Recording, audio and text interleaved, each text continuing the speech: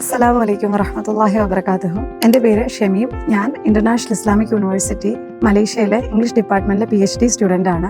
നാട്ടിൽ ഞാൻ എറണാകുളത്ത് നിന്നാണ് വരുന്നത്. ഞാനിവിടെ PhDക്ക് ജോയിൻ ചെയ്തിട്ട് ഇപ്പോൾ 1 ഇയർ ആയി. ഈ 1 ഇയറിൽ എനിക്ക് കിട്ടിയ എക്സ്പീരിയൻസ് നിങ്ങളുമായി ഷെയർ ചെയ്യാനാണ് ഈ വീഡിയോ. നാട്ടിൽ നിന്ന് PG അല്ലെങ്കിൽ PhD ചെയ്യാനായി മലേഷ്യയിലേക്ക് വരുന്ന സ്റ്റുഡൻസിന് ഇത് ഹെൽപ്ഫുൾ ആവുമെന്ന് ഞാൻ വിചാരിക്കുന്നു. ഒരു ഇൻ്റർനാഷണൽ യൂണിവേഴ്സിറ്റിയിൽ നിന്ന് PhD എടുക്കണമെന്ന ആഗ്രഹത്തിലാണ് ഞാൻ മലേഷ്യയിലേക്ക് വന്നത്. ഇവിടെ എത്തിയതിന് ശേഷമാണ് നാട്ടിലെ കരിക്കുലവും മലേഷ്യയിലെ കരിക്കുലവും തമ്മിൽ ഒരുപാട് ഡിഫറൻസ് ഉണ്ടെന്ന് എനിക്ക് മനസ്സിലായത്. മലേഷ്യയിലെ കരിക്കുലം PG മുതലേ റിസർച്ച് ഫോക്കസ്ഡ് ആണ്. അതുകൊണ്ട് തന്നെ ഇവിടെ മാസ്റ്റേഴ്സ് കംപ്ലീറ്റ് ചെയ്യുന്ന സ്റ്റുഡൻസിന് റിസർച്ച് എന്താണെന്നും ഡിഫൻസ് എന്താണെന്നും പ്രപ്പോസൽ എന്താണെന്നും പബ്ലിക്കേഷൻസ് എന്താണെന്നും നല്ല വ്യക്തമായ ധാരണയുണ്ട്. നാട്ടിൽ ഒരു PhD ലെവലിൽ കിട്ടുന്ന റിസർച്ച് എക്സ്പോഷർ ഇവിടുത്തെ സ്റ്റുഡൻസിന് മാസ്റ്റേഴ്സ് ലെവലിൽ തന്നെ കിട്ടുന്നുണ്ട്. PG അല്ലെങ്കിൽ PhD നിങ്ങൾ മലേഷ്യയിൽ ആപ്ലിക്കേഷൻ കൊടുക്കാൻ അല്ലെങ്കിൽ അഡ്മിഷൻ എടുക്കാൻ ആഗ്രഹിക്കുന്നുണ്ടെങ്കിൽ നിങ്ങൾ അതിന് മുന്നേ ചെയ്യേണ്ട കുറച്ച് പ്രധാനപ്പെട്ട കാര്യങ്ങളുണ്ട്. First step is choosing your area of interest. നിങ്ങളുടെ ഏരിയ ഓഫ് ഇൻട്രസ്റ്റ് അല്ലെങ്കിൽ നിങ്ങൾക്ക് ഏതിലാണ് റിസർച്ച് ചെയ്യേണ്ടത് എന്ന് നിങ്ങൾക്ക് വ്യക്തമായ ധാരണ വേണം. നിങ്ങളുടെ ഏരിയ ഓഫ് ഇൻട്രസ്റ്റിൽ നിന്നായിരിക്കണം നിങ്ങളുടെ ചോസൺ ടൈറ്റിൽ. പക്ഷേ ആ ടൈറ്റിൽ നമുക്ക് എപ്പോഴും ഫീസിബിൾ ആയിരിക്കണം, അത് കംപ്ലീറ്റ് ചെയ്യാൻ പറ്റുമെന്ന് നമുക്ക് ഉറപ്പുണ്ടാവണം.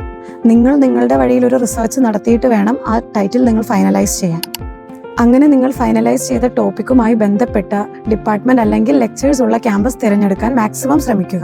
ഞാനിങ്ങനെ പറയാനുള്ള കാരണം PhD എന്നത് ഒരു ഡോക്ടർ ടൈറ്റിലിനേക്കാൾ ഉപരി നമ്മുടെ റിസർച്ച് ആയിരിക്കും എല്ലാവരും ഇവാലുവേറ്റ് ചെയ്യുന്നത്. യൂണിവേഴ്സിറ്റി സെലക്ട് ചെയ്യുന്നതിന് മുൻപ് നിങ്ങൾ യൂണിവേഴ്സിറ്റിയുടെ പ്രോഗ്രാം സ്ട്രക്ചർ, ഡിപ്പാർട്ട്മെന്റ്, ലെക്ചേഴ്സ്, അവരുടെ പബ്ലിക്കേഷൻസ് എന്നിവയെ പറ്റി ഒന്ന് റിസർച്ച് ചെയ്തിരിക്കണം. ഇനി ഫൈനാൻഷ്യൽ അസിസ്റ്റൻസ് അല്ലെങ്കിൽ സ്കോളർഷിപ്പിലേക്ക് വരുമ്പോൾ നമ്മുടെ റിസർച്ച് എത്രത്തോളം ഫോക്കസ്ഡ് ആണോ അതൊരു പ്രധാന ഘടകമാണ്. നമ്മുടെ അക്കാഡമിക് പെർഫോമൻസ് ഇവാലുവേറ്റ് ചെയ്തിട്ടാണ് നമുക്ക് സ്കോളർഷിപ്പ് ലഭിക്കുന്നത്. നമ്മുടെ സ്റ്റഡി പീരീഡിൽ മാക്സിമം പബ്ലിക്കേഷൻസ് ഉണ്ടാക്കാൻ നമ്മൾ ശ്രമിക്കണം. അതായത് ഇൻ്റർനാഷണൽ കോൺഫറൻസസ്, സെമിനാറുകൾ, ജേർണൽ പബ്ലിക്കേഷൻസ് എന്നിവ നമ്മുടെ സ്കോളർഷിപ്പ് ആപ്ലിക്കേഷനിൽ ഒരുപാട് ഹെൽപ്പ് ചെയ്യും. നമ്മുടെ റിസർച്ചിലെ ഒരു പ്രധാന ഭാഗമാണ് സൂപ്പർവൈസേഴ്സ്. സൂപ്പർവൈസറുമായി ഒരു ഹെൽത്തി റിലേഷൻഷിപ്പ് കീപ്പ് ചെയ്യാൻ മാക്സിമം ശ്രദ്ധിക്കുക.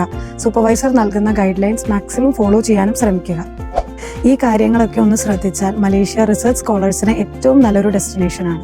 ഞാൻ അഡ്മിഷൻ എടുത്തത് എയിംസോൺ ത്രൂ ആണ്. എനിക്കും ഈ കാര്യങ്ങളെക്കുറിച്ച് ഒരു ധാരണയും ഉണ്ടായിരുന്നില്ല. എയിംസോണിൻ്റെ കൗൺസിലേഴ്സാണ് എനിക്കിതിനെക്കുറിച്ച് ഒരു ഐഡിയ തന്നത്. എൻ്റെ 1 ഇയർ എക്സ്പീരിയൻസിലാണ് ഞാൻ എയിംസോൺ സജസ്റ്റ് ചെയ്യുന്നത്. വിസ ഡോക്യുമെൻറ്റേഷൻ മാത്രമല്ല, സ്റ്റഡി പീരീഡിലും എയിംസോൺ എന്നെ സപ്പോർട്ട് ചെയ്തിട്ടുണ്ട്. മലേഷ്യ ഒരു ടൂറിസ്റ്റ് ഡെസ്റ്റിനേഷൻ മാത്രമല്ല, ഒരു ഇൻ്റർനാഷണൽ സ്റ്റഡി ഹബ്ബ് കൂടിയാണ്. അധിക ക്യാമ്പസുകളും QS റാങ്കിംഗ് നേടിയിട്ടുള്ളവയാണ്. അതുകൊണ്ട് തന്നെ റിസർച്ച് സ്കോളേഴ്സിന് ഏറ്റവും ആപ്റ്റായ ഒരു ഡെസ്റ്റിനേഷനാണ് Malaysia. PG PhD admissions open ആണ്. താല്പര്യമുള്ളവർ താഴെ കാണുന്ന കോൺടാക്ട് നമ്പറിൽ ബന്ധപ്പെടുക.